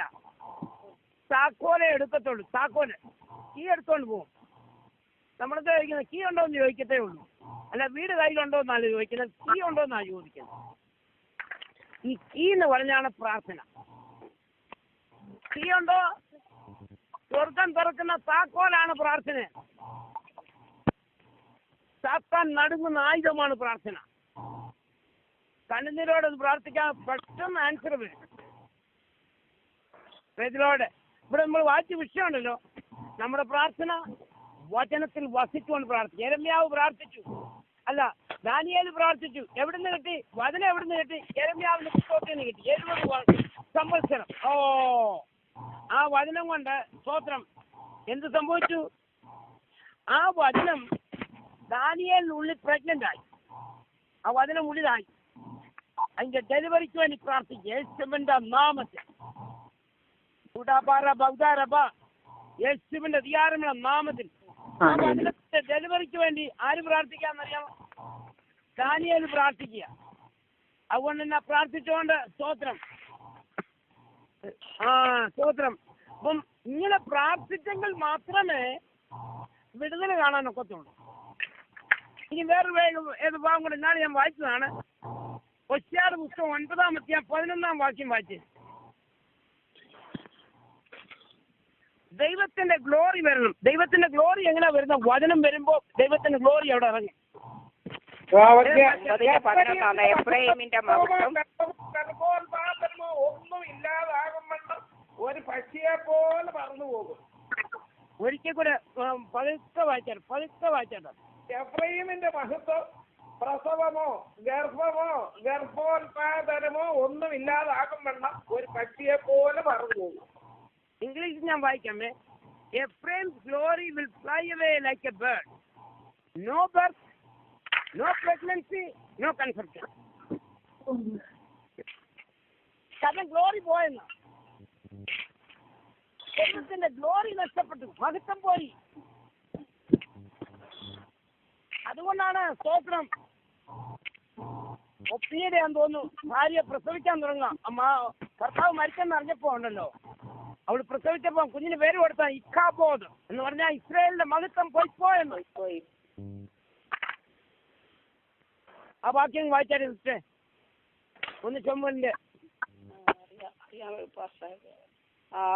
ദൈവത്തിന്റെ പെട്ടകം പിടിപെട്ടു പോകൊണ്ടും അമ്മായിയപ്പനെയും ഭർത്താവിനെയും ഓർത്തിട്ടും മഹത്വം ഇസ്രയേലിൽ നിന്ന് പൊയ്പോയി എന്ന് പറഞ്ഞ് അവൾ കുഞ്ഞിന് ഈക്കാബോദ് എന്ന് പേരിട്ടു. കാരണം മഹത്വം പോയെന്ന്. എഫ്രൈമിന്റെ മഹത്വം പോയി, അവിടെ പ്രഗ്നൻസി ഇല്ല. ഈ മഹത്വം പോയി കഴിഞ്ഞാൽ പിന്നെ ആത്മാക്കൾ രക്ഷിക്കപ്പെടത്തില്ലെന്ന് സഭയില്. ബർത്തുമില്ല, കൺസെപ്ഷനും ഒന്നുമില്ല. എപ്പോഴും പഴയതുപോലെ തന്നെ ഇരിക്കുക. വേണ്ട, അതിന്റെ അർത്ഥം എന്ന് പറയാം മഹത്വം പോയെന്ന്. അതിന്റെ അർത്ഥം എഫ്രൈമിന്റെ മഹത്വം പോയി, അവിടെ പ്രഗ്നൻസി ഇല്ല. നല്ലൊരു വാക്യമാണ്. ഇക്കാബോൻ, ഇസ്രായേലിന്റെ മഹത്വം പോയിപ്പോയൻ. അപ്പൊ ഇന്നലെ നമ്മൾ വായിച്ചത് യഹോവയുടെ മഹത്വം അവിടെ ഇറങ്ങണം നമ്മുടെ ആലയത്തിൽ, നമ്മുടെ അതുകൊണ്ട് ചാൾസ് പിന്നെയൊക്കെ നടന്നു പോകുമ്പോൾ യഹോവയുടെ മഹത്വം അങ്ങോട്ട് ഇറങ്ങിക്കഴിഞ്ഞു, ഗ്ലോറി അങ്ങോട്ട് ഇറങ്ങിക്കഴിഞ്ഞപ്പോൾ എഴുന്നേൽക്കുമ്പോൾ ശത്രുക്കൾ ചെതറി മാറും. നമ്മുടെ മധ്യത്തിൽ ദൈവം എഴുന്നേൽക്കണം. നടന്നു പോയാൽ മതി ആൾക്കാർ ഭാവിയിൽ രക്ഷിക്കപ്പെടുക. പത്രോസ് പോയി ചായയിൽ പോലും ആൾക്കാർ രോഗികൾ സൗഖ്യമാകുക. കൈനീട്ടി പ്രാർത്ഥിക്കുക പോലും വേണ്ട. ഇതുപോലെ ദൈവമഹത്വം നമ്മുടെ ഭവനത്തിൽ ഇറങ്ങണം. എഫ്രൈമിന്റെ മഹത്വം പറന്നു പോയാൽ ഒരു പക്ഷിയെ പോലെ പറന്നുപോയി. അവിടെ ബർത്തുമില്ല, ഒന്നുമില്ല. സ്തോത്രം. ഇവിടെ നമ്മൾ വായിക്കുന്ന വിഷയമുണ്ട്. വചനത്തിൽ നിലനിന്നാൽ അവിടെ എന്തോ ഇറങ്ങുമെന്നറിയാം. മഹത്വമാണ്. ദൈവത്തിന്റെ മഹത്വം അവിടെ ഇറങ്ങണം. നമ്മുടെ ഇക്കാബോധ് വേണ്ട. നമുക്ക് ദൈവത്തിന്റെ മഹത്വം നമുക്ക് കാണണം. അപ്പൊ എങ്ങനെയാണെന്നറിയാം? വചനത്തിൽ വസിക്കണം. വചനത്തിൽ വസിച്ച വചനം നിങ്ങളെ സ്വതന്ത്രരാക്കും. ദൈവത്തിന്റെ മഹത്വം അറിഞ്ഞാൽ മതി. അവിടെ സ്വാതന്ത്ര്യമുണ്ട്. ദൈവത്തിന്റെ ആത്മാവ് സ്വാതന്ത്ര്യത്തിന്. എവിടെ ദൈവത്തിന്റെ ആത്മാവുണ്ടോ അവിടെ എന്തുണ്ട്? സ്വാതന്ത്ര്യമുണ്ട്. ബന്ധനമില്ല. ബന്ധനം കരിഞ്ഞു പോകും. ദൈവത്തിന്റെ വചനമുള്ളിടത്ത് സ്വാതന്ത്ര്യമുണ്ട്. സ്തോത്രം. പിന്നെ നമ്മൾ ഏത് വിഷയമുണ്ടല്ലോ, സ്തോത്രത്തോട് പ്രാർത്ഥിക്കണം. സ്തോത്ര പ്രാർത്ഥന ആയിരിക്കണം നമ്മുടെ പ്രാർത്ഥനകളൊക്കെ. ഫിലിപ്പിയ ലേഖനം 4-6 വാക്യത്തിൽ വായിക്കുന്നുണ്ട്. Don't be anxious about anything, everything by prayer, presenting your request to God, then you have peace of God. നിങ്ങളുടെ ആവശ്യങ്ങൾ സ്തോത്രത്തോടെ ദൈവത്തെ അറിയിക്കത്രേ വേണ്ടത്. എന്നാൽ സകല ബുദ്ധിയേയും കഴിയുന്ന ദൈവത്തിന്റെ സമാധാനം നിങ്ങളുടെ നിലവുകളെ കാറ്റുകൊള്ളുവാൻ സ്തോത്രത്തോടെ നിങ്ങൾ പ്രാർത്ഥിക്കണം. എപ്പോഴും ഒത്തിരി സ്തോത്രം പറയണം. സ്തോത്രം എന്ന് പറഞ്ഞാൽ ഈസ്റ്റ് പോലെ. ഈസ്റ്റ് മാവിനകത്ത് ഈസ്റ്റ് ഇട്ട് കഴിഞ്ഞാൽ മാവ് അങ്ങ് പൊങ്ങുക. അതാണ് സ്തോത്രം. സ്തോത്രം പറഞ്ഞാൽ മതി. പണ്ടൊരു ദേവദാസൻ എന്നോട് പറഞ്ഞതാണ്, ഒരു മരത്തെ ഫലമൊന്നുമില്ലായിരുന്നു. എന്ന് രാവിലെ എഴുന്നേറ്റ ആ മരത്തലോട് തൊട്ട് സ്തോത്രം സ്തോത്രം എന്ന് പറഞ്ഞാൽ പിന്നത്തെ വർഷത്തിൽ ഭയങ്കര ഫലമാണ്. ഇതാണ് വിഷയം. നമ്മുടെ ആവശ്യങ്ങളെ സ്തോത്രത്തോട് ദൈവത്തെ പരാതി ഒന്നും വേണ്ട, സ്തോത്രത്തോട്. അതുകൊണ്ടാണ് യോന മത്സ്യത്തിന്റെ വയറ്റിലിരുന്നുകൊണ്ട് വരുന്നത്. It's a song of thanksgiving. സ്തോത്രത്തോട്. ഞാൻ ആ വാക്യങ്ങൾ വായിച്ചാട്ട് ഞാനോ സ്തോത്രനാഥത്തോട് ഞാനോ സ്തോത്രനാഥത്തോടെ നിനക്ക് യാഗം അർപ്പിക്കും, നേർന്നിരിക്കുന്നത് ഞാൻ കഴിക്കും. സ്തോത്രനാഥത്തോട്. യോനെ, ഇപ്പൊ എങ്ങനെ നിനക്ക് സ്തോത്രം പറയാൻ? നീ മത്സ്യത്തിന്റെ വയറ്റിലിരിക്കുന്നത്. ഇപ്പൊ എങ്ങനെ നിനക്ക് സ്തോത്രം പറയാൻ തോന്നുന്നു? എങ്ങനെ കഴിയും? ഇനി ഒന്നുകൂടെ വാക്യം വായിച്ചാട്ട്, ഒന്നുകൂടെ വാക്യം വായിച്ചാട്ട്. ഞാനോ സ്തോത്രനാഥത്തോടെ നിനക്ക് യാഗം അർപ്പിക്കും, നേർന്നിരിക്കുന്നത് ഞാൻ കഴിക്കും. സ്തോത്രമുണ്ട്. മത്സ്യത്തിന്റെ വയറ്റിലിരുന്നാലും സ്തോത്രമുണ്ട്. സ്തോത്രം പോയില്ല. ഞാനോ സ്തോത്രനാഥത്തോട് നിനക്ക് യാഗം കഴിപ്പിക്കും, നേർന്നത് നിവർത്തിക്കും. രക്ഷയുടെ ഭക്തന് വേണം. അപ്പോൾ നമ്മുടെ ആവശ്യങ്ങൾ പ്രാർത്ഥിക്കുമ്പോഴുള്ള സ്തോത്രത്തോട് പ്രാർത്ഥിക്കണം. നമ്മൾ പിന്നെ ചെയ്യേണ്ട വിഷയം ശ്രദ്ധയോട് പ്രാർത്ഥിക്കണം. നമുക്കറിയാമല്ലോ, യാക്കോബിന്റെ ലേഖനം 5-16 വാക്യത്തിൽ നീതിമാന്റെ ശ്രദ്ധയോടുള്ള പ്രാർത്ഥന വളരെ ഈ ശ്രദ്ധയോട് പ്രാർത്ഥിക്കാന്ന് പറഞ്ഞാൽ കോൺസെൻട്രേറ്റ് ചെയ്ത് പ്രാർത്ഥിക്കണം. നമ്മുടെ മൈൻഡ് പതറിപ്പോരുത്. പ്രാർത്ഥനയുടെ സമയത്ത് അവിടെ എവിടെ ഓടിപ്പോരുത് മൈൻഡ്. ശ്രദ്ധയോടുകൂടെ പ്രാർത്ഥിക്കണം. എന്ന് പറഞ്ഞാൽ പരിശുദ്ധാത്മാവിൻ ട്യൂൺ ചെയ്ത് പ്രാർത്ഥിക്കണം. പരിശുദ്ധാത്മാവിന്റെ ശബ്ദം കേട്ടുകൊണ്ട് പ്രാർത്ഥിക്കണം. നമ്മുടെ മൈൻഡ് പിശാച് വന്ന് വേറെ തോട്ടുകളൊക്കെ കൊണ്ടിരും. അതൊക്കെ വിട്ടുകളഞ്ഞ് ശ്രദ്ധയോടുകൂടെ പ്രാർത്ഥിക്കാം. വിശ്വാസത്തിന് അതിന് പൂർത്തി വരുന്ന യേശുവിനെ ശ്രദ്ധിച്ചു നോക്കാം. ശ്രദ്ധയോടുകൂടെ പ്രാർത്ഥിക്കുമ്പോൾ ആ പ്രാർത്ഥനയ്ക്കെല്ലാം വളരെ ഫലമുള്ളതാണ്. നീതിമാന്റെ ശ്രദ്ധയോടുള്ള പ്രാർത്ഥന, നീതിമാന്റെ ശ്രദ്ധയോടുള്ള പ്രാർത്ഥന വളരെ ഫലിക്കുന്നു. പിന്നെ പ്രാർത്ഥിക്കുന്ന കൈകളെ ഉയർത്തി പ്രാർത്ഥിക്കണം.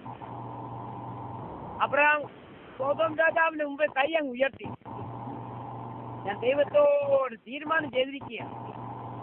കൈകളെ ഉയർത്തിയും കൈകളെ മലർത്തിയും പ്രാർത്ഥിക്കുന്നത് നല്ലതാണ്. സംഘത്തിൽ ഒത്തിരി വാക്യമുണ്ട്. കൈകളെ ഉയർത്തിയും കൈകളെ മലർത്തിയും പ്രാർത്ഥിക്കണം. കൈകളെ ഉയർത്തി പ്രാർത്ഥിക്കുമ്പോൾ കൈകളെ ഫിംഗർ പ്രിന്റ് പിശാച് കാണും, അവൻ ഓടിക്കളെ അവിടെ. കൈകളെ ഉയർത്തിയും കൈകളെ മലർത്തിയും പ്രാർത്ഥിക്കണം. സകല മനുഷ്യരെയും തിരിച്ചറിയേണ്ടത് എല്ലാവർക്കും കൈക്ക് മുദ്ര കൊടുത്തിരിക്കുക. എന്തിനാണെന്നറിയാം? തിരിച്ചറിയാൻ. അതാണ് വലിയൊരു അത്ഭുതം. എന്റെ ഫിംഗർ പ്രിന്റുള്ള ഒരു വ്യക്തിയെ ഈ ലോകത്തിൽ ഏറെ ആരുമില്ല. അങ്ങനെ ദൈവം നമ്മളെ സൃഷ്ടിച്ചിരിക്കുന്നത്. അതുകൊണ്ട് നീ ഭയങ്കരവും അതിശയകരമായി നീ എന്നെ സൃഷ്ടിച്ചാൽ ഞാൻ നിനക്ക് സ്തോത്രം ചെയ്യുന്നു. ഭയങ്കരവും അതിശയകരവുമായി. അതാണ് ഏറ്റവും വലിയ അതിശയം. ഈ ഫിംഗർ പ്രിന്റ് എല്ലാവർക്കും മൂക്കുമുണ്ട്, ചെവിയുണ്ട്, വായുവുണ്ട്, എല്ലാം ഉണ്ട്. പക്ഷേ നമ്മളെ തിരിച്ചറിയുന്നത് എന്തോന്നറിയാം? അതുകൊണ്ടല്ല തിരിച്ചറിയുന്നത്. കയ്യിലെ മുദ്ര ആരിട്ടതാണെന്നറിയാം? എന്റെ ദൈവം ഇട്ടതാണെന്ന്. അതുകൊണ്ടാണ് ഞാൻ നിന്നെ ഉള്ളം കയ്യിൽ വരിച്ചിരിക്കുന്നത്. ഞാൻ നിന്നെ ഉള്ളം കയ്യിൽ വരിച്ചിരിക്കും. നീ എനിക്കുള്ളവൻ. നീ വെള്ളത്തിൽ കൂടെ കടന്നാലും ഞാൻ നിന്നോടുകൂടെ ഇരിക്കും. കാണുപോകത്തില്ല. ഞാൻ നിന്നെ ഉള്ളം കയ്യിൽ വരച്ചിരിക്കുന്നു. അപ്പം കൈകളെ ഉയർത്തിയും കൈകളെ മലർത്തിയും പ്രാർത്ഥിക്കും. ഈ കൈയൊന്ന് കാണട്ടെ. കർത്താവേ, നീ എന്റെ കൈക്കിട്ട മുദ്ര കാണുന്നില്ലയോ?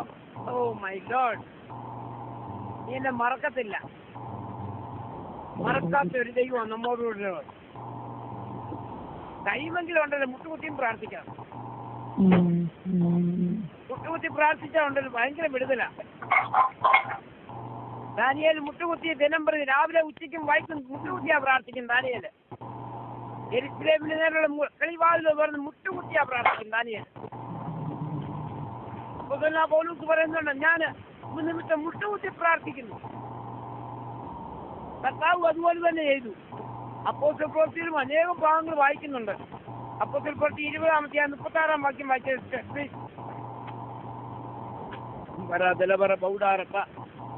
അപ്പോസ്തല പ്രവൃത്തി 20-ാമത്തെ 36-ാം വാക്യം. ഇങ്ങനെ പറഞ്ഞിട്ട് അവൻ മുട്ടുകുത്തി അവരെല്ലാവരോടും കൂടെ പ്രാർത്ഥിച്ചു. കണ്ടോ? മുട്ടുകുത്തി പ്രാർത്ഥിച്ചു. അപ്പോസ്തലനായ പൗലോസ്. കഴിയുമെങ്കിൽ അങ്ങനെ കൂടെ ചെയ്യണം. പിന്നെ നമ്മൾ മടുത്തു പോകാതെ പ്രാർത്ഥിക്കണം. പ്രാർത്ഥന നെവർ ഗിവ് അപ്പ്. മടുത്തു പോകാതെ പ്രാർത്ഥിക്കണം.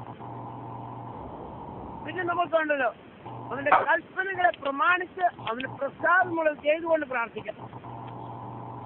കൽപ്പന എന്നെ സ്നേഹിക്കുന്നവന്റെ കൽപ്പനകളെ പ്രമാണിക്കുന്നു. ദൈവത്തിന്റെ കൽപ്പനകളെ പ്രമാണിച്ച് പ്രാർത്ഥിക്കണം. ആ പ്രാർത്ഥനയ്ക്കൊക്കെ മറുപടി തരാതിരിക്കത്തില്ല. പിന്നെ പാപങ്ങളെ ഏറ്റു പറഞ്ഞുകൊണ്ട് പ്രാർത്ഥിക്കണം. നമുക്കറിയാവുന്ന ഭാഗമാണ്. പാപങ്ങളെ ഏറ്റു പറഞ്ഞ് പ്രാർത്ഥിക്കണം. പിന്നെ മറ്റുള്ളവരുടെ പിഴകളെ ക്ഷമിച്ചിട്ട് പ്രാർത്ഥിക്കണം. അതാ പറഞ്ഞ ഞാൻ കഴിക്കാൻ പോകുമ്പോണ്ടല്ലോ, ഇന്ന് സഹോദരൻ എന്നോട് എന്തുകൊണ്ടെങ്കിൽ അവിടെ യാവോസ്റ്റോടെ വെച്ചിട്ട് പോയി അവിടെ നിരക്ക് പ്രാപിക്കണം. മുൻപേ പിന്നെ നമ്മൾ വായിക്കുന്ന വിഷയമുണ്ടല്ലോ, ഐക്യമത്യപ്പെട്ട് പ്രാർത്ഥിക്കണം. അപ്പോസ്തല പ്രവൃത്തി വായിക്കുന്നുണ്ട്. അവർ ഒരുമിച്ച് പ്രാർത്ഥിച്ചപ്പോൾ. അതുകൊണ്ടാണ് ഈ പ്രെയർ ലൈനിൽ നമ്മളെല്ലാം രാത്രി അങ്ങോട്ട് ഒരുമിച്ച് അങ്ങോട്ട് പ്രാർത്ഥിക്കുമ്പോൾ ഉണ്ടല്ലോ, ഒരാൾ പ്രാർത്ഥിക്കുമ്പോൾ ഞാൻ ആമീൻ പറയുമ്പോൾ ഞാൻ അവരോട് എഗ്രി ചെയ്തെന്നുണ്ട് അർത്ഥം. അതുകൊണ്ടാണ് എല്ലാവരും പ്രാർത്ഥിക്കുമ്പോൾ നമ്മൾ ആമീൻ പറഞ്ഞോണം. ആമീൻ പറഞ്ഞതിൻ്റെ അർത്ഥം ഞാനും എഗ്രി ചെയ്തിരിക്കുന്നു ആ വിഷയത്തിന്. എല്ലാവരും പ്രാർത്ഥിക്കുമ്പോൾ നമ്മൾ ആമീൻ പറയാൻ മറക്കരുത്. ആമീൻ പറഞ്ഞു കഴിഞ്ഞാൽ ഐക്യമത്യപ്പെട്ട് പ്രാർത്ഥിക്കും. ഞാൻ എഗ്രി ചെയ്തിരിക്കുന്നു ആ വിഷയത്തിന്. ഐക്യമത്യപ്പെട്ട് പ്രാർത്ഥിക്കണം. പിന്നെ നമ്മൾ വായിക്കുന്ന നിർമ്മല ഹൃദയത്തോട് പ്രാർത്ഥിക്കണം. യോബിന്റെ പുസ്തകം 16-ാമത്തെ 17-ാം വാക്യം വായിച്ചിട്ട്, യോബിന്റെ പുസ്തകം 16-ാമത്തെ 17-ാം വാക്യം. എങ്കിലും സാഹസം എന്റെ കൈ കൈകളിലില്ല. എന്റെ പ്രാർത്ഥന നിർമ്മലമത്രേ. എന്റെ സാഹസപ്പണികളൊന്നും എന്റെ കയ്യിലില്ല. എന്റെ പ്രാർത്ഥന നിർമ്മലമത്രേ. നിർമ്മല ഹൃദയത്തോടുകൂടെ പ്രാർത്ഥിക്കുന്നു. പിന്നെ അടുത്ത കാര്യം എന്നറിയാം, യൂദയുടെ ലേഖനം 20-ാം വാക്യം എന്താ വായിക്കുന്നറിയാം? ഏത് നേരത്തും ആത്മാവിൽ പ്രാർത്ഥിക്കണം. അത് എപ്പിസോഡിലുണ്ട്. ഏത് നേരത്തും praying the spirit on all occasions, all kinds of prayer, praying the spirit. നിങ്ങൾ പരിശുദ്ധാത്മാവിൽ പ്രാർത്ഥിക്കണം എന്ന് പറഞ്ഞാൽ നമ്മുടെ പ്രാർത്ഥനയ്ക്ക് സഹായി ആരാന്നറിയാമോ? ഏറ്റവും വലിയ സഹായി പരിശുദ്ധാത്മാവാണ്. ബുദ്ധി കൂടെ പ്രാർത്ഥിക്കുമ്പോഴും ആത്മാവിന്റെ സഹായത്തോടുകൂടെ പ്രാർത്ഥിക്കണം. പിന്നെ അന്യഭാഷയെ പ്രാർത്ഥിക്കണം. ഏത് നേരത്തും നിങ്ങൾ ആത്മാവിൽ പ്രാർത്ഥിക്കും. ആ വാക്യം വായിച്ചാൽ സ്തോത്രം. എപ്പിസോഡിന് 6-ാം വാക്യം വായിച്ചു. ഏത് സകല പ്രാർത്ഥനയാണ് യാതിനെ ഏത് നേരത്തും ആത്മാവിൽ പ്രാർത്ഥിച്ചു അതിനായി ജാഗരിക്കപ്പെട്ട സകല വിശുദ്ധ ഏത് നേരത്തും പ്രാർത്ഥനയിൽ പൂർണ്ണസ്ഥിരത കാണിക്കുകയും പൂർണ്ണസ്ഥിരത. Praying the Spirit. ഇംഗ്ലീഷ് വായിക്കുന്ന praying the Spirit on all occasions, all kinds of prayer. Praying the Spirit. എല്ലാ പ്രാർത്ഥനയും ആത്മാവിലായിരിക്കും. കാരണം ആത്മാവാണ് നമുക്ക് സഹായത്തിൽ നിൽക്കുന്നത്. പ്രാർത്ഥനയുടെ ഏറ്റവും വലിയ സഹായി പരിശുദ്ധാത്മാവാണ്. അതുകൊണ്ട് പരിശുദ്ധാത്മാവ് ട്യൂൺ ചെയ്ത് കൃത്യയോടുകൂടെ പ്രാർത്ഥിക്കണം. പ്രാർത്ഥിച്ചാൽ നമ്മുടെ പ്രാർത്ഥനയ്ക്കെല്ലാം മറുപടിയുണ്ട്. ദൈവമായ കർത്താവ് നമ്മളെ സഹായിക്കട്ടെ. പ്രാർത്ഥനയിൽ പൂർണ്ണ സ്ഥിരത പ്രാർത്ഥന. ദൈവരങ്ങളിലേക്ക് നമ്മളെ തന്നെ ഏൽപ്പിച്ചു കൊടുത്തുകൊണ്ട് പ്രാർത്ഥന. ദൈവമേ, അങ്ങയുടെ പാതപീഠത്തിൽ ഈ സമയം രാവിലെ സമയം മുതൽ ഞങ്ങൾ കടന്നു വന്നിരിക്കുന്ന കർത്താവേ,